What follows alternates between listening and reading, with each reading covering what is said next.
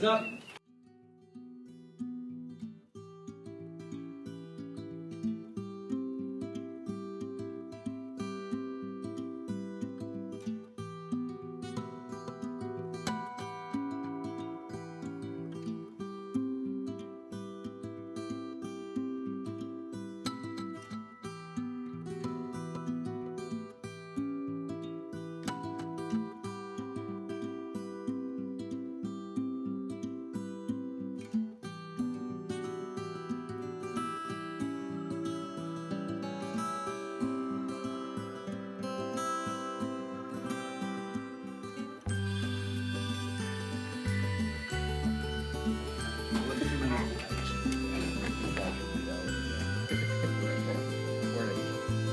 Smiling. We just are happy to see you, sir. Wonder what you said prior to coming out. Well, almost good afternoon. So yesterday in the Speaker's press conference, she made some remarkable statements. She said, Democrats have done a great job. We must take great pride in what we have done. We've got a lot to brag about. I just think they're so out of touch, even from that statement itself. A recent poll showed that the American consumer sentiment has shrunk for the 5th time in the past 6 months. That's nearly an 11-year low of all the great things they have done. And for good reason. Whether you're at the pump, the supermarket, or virtually everywhere else Americans are spending money, they are paying the highest prices in living memory. And inflation, which is a tax on every single American, shows no signs of stopping.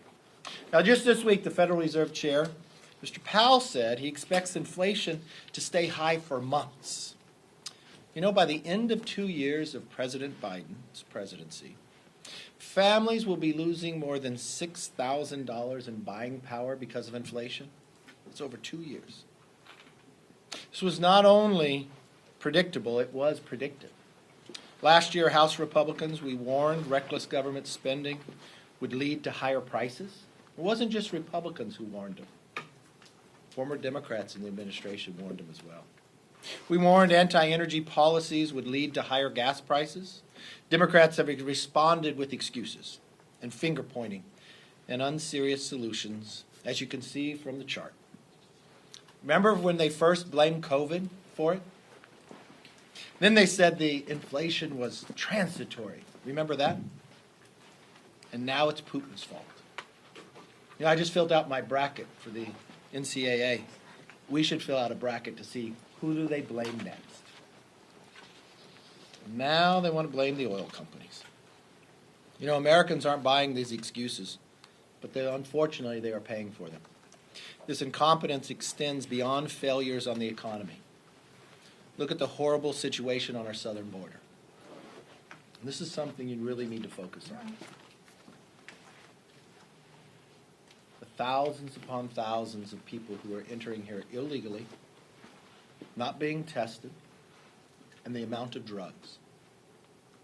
Just last week, you read the headlines of some kids ODing in Florida on spring break. They bought a drug that was laced with fentanyl. You read the number of the kids who have OD'd. 2 of them who didn't take the drug. They were giving CPR to those who went and took it. But the fentanyl was so great, they were ODing as well. The number 1 cause of death in America today between the ages of 18 and 45 is fentanyl. Where do we get it? It comes from China through the Mexican border. We're watching what's happening on the news at the border. You would think it was video from Ukraine. These cartels, the shootouts, the trucks on fire. And what's the response from the administration? Not to secure the border. You've gone 12 consecutive months with more than 150,000 encounters. They'll no longer tell you how many people they're catching who are on the terrorist watch list. Now the proposal is to end Title 42. This is going to cause a gigantic influx, even greater than we've already seen. There's no plan by this administration.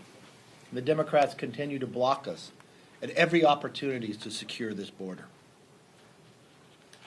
But another thing we should look at that just came forward, the Democrats have politicized our Intelligence Committee. You've watched it year after year since Adam Schiff has become chair. No, he doesn't warn us about Ukraine or Afghanistan or what's happening around the world. He tells you about politics. But the worst part of it is you cannot trust what he tells you, that he lies to us. Just watch what has happened. 2 years ago, Schiff stated the emails found from Hunter Biden were whole smear on Joe Biden comes from the Kremlin.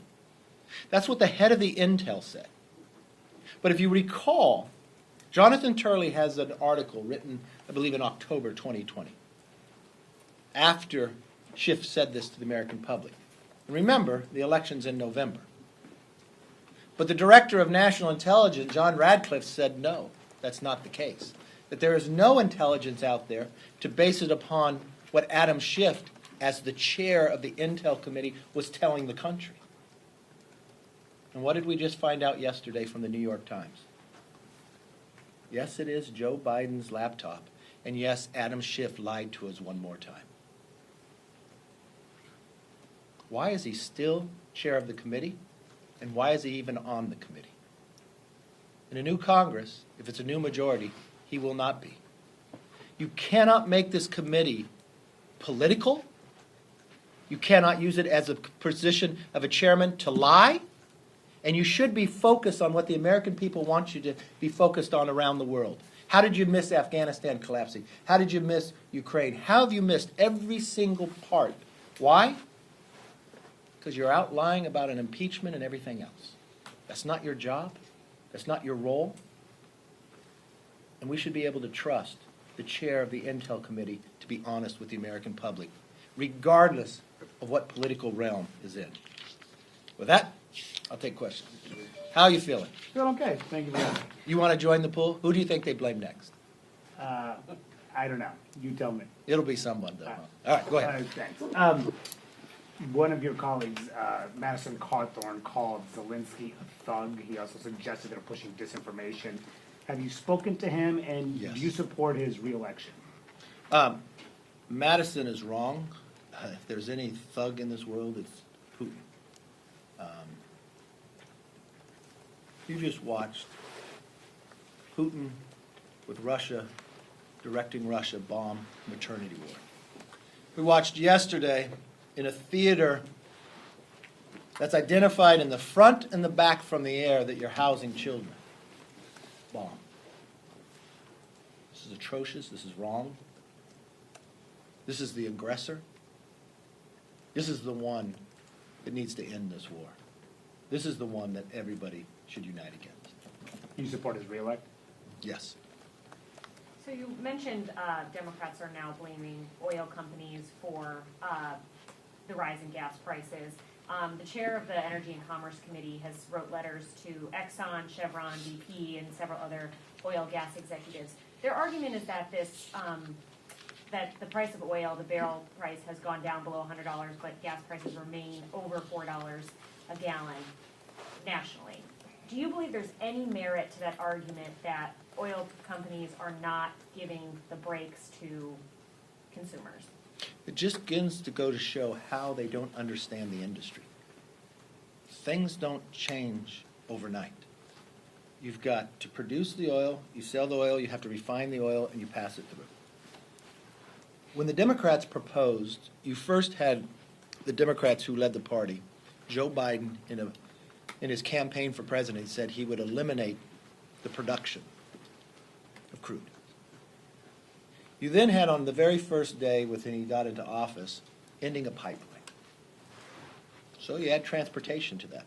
And when inflation goes up, if you can't move it by a pipeline, you got to put it in a truck, or you got to put it in a tanker. You bring it from somewhere else. That costs a lot more. You can't get things off the port, so they raise the price themselves. Secondly, when they called in all the CEOs, you know what their number one question was? Will they pledge to produce less? So if they took the advice of why they were called in, why they had to swear in under oath, and the questioning from the majority party, will you promised to produce less like Europe. And where is Europe today?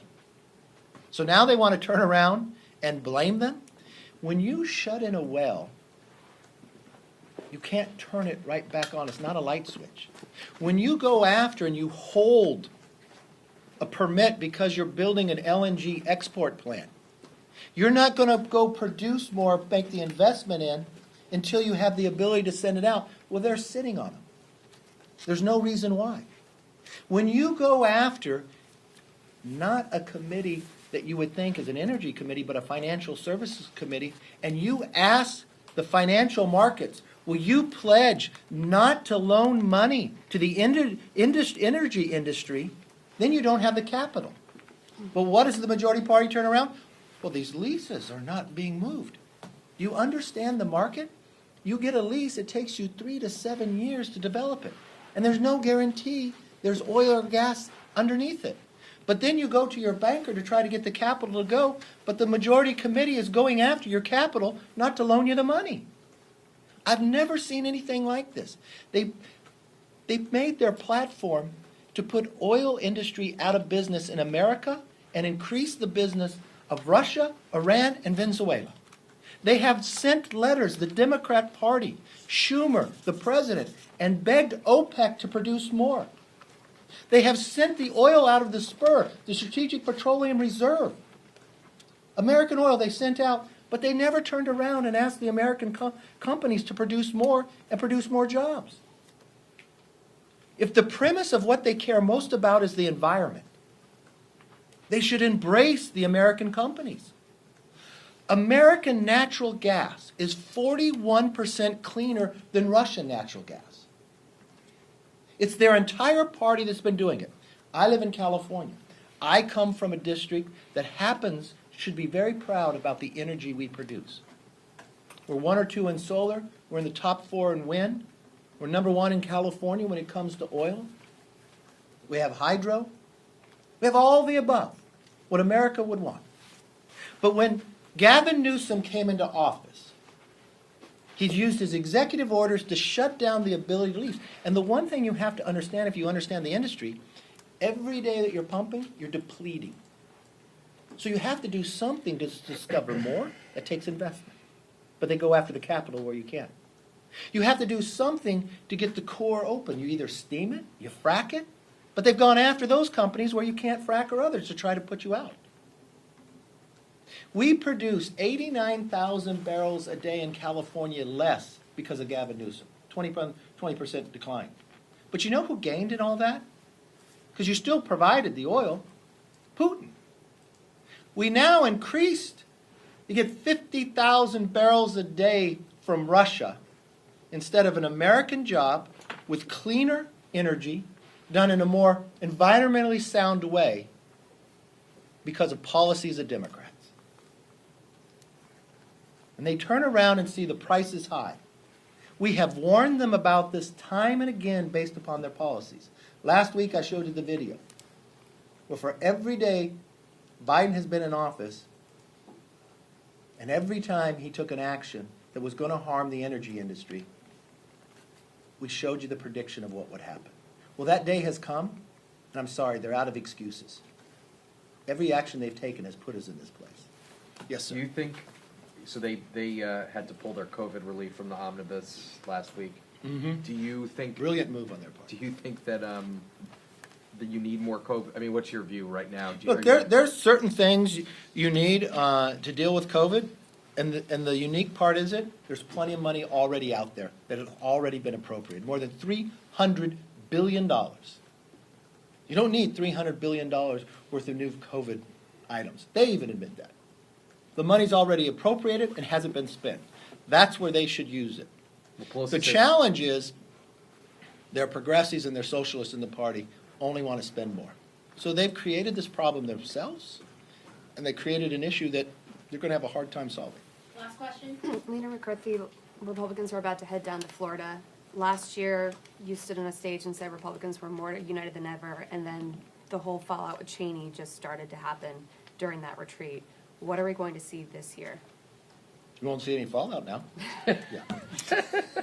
Following up on Manu's question, beyond Cawthorn. What was his question again? His question was about Madison Cawthorn calling Zelensky a thug, but 8 of your members voted against trade sanctions yesterday, 15 voted against oil sanctions last week. One of your members put out a Twitter thread on what she referred to as NATO Nazis.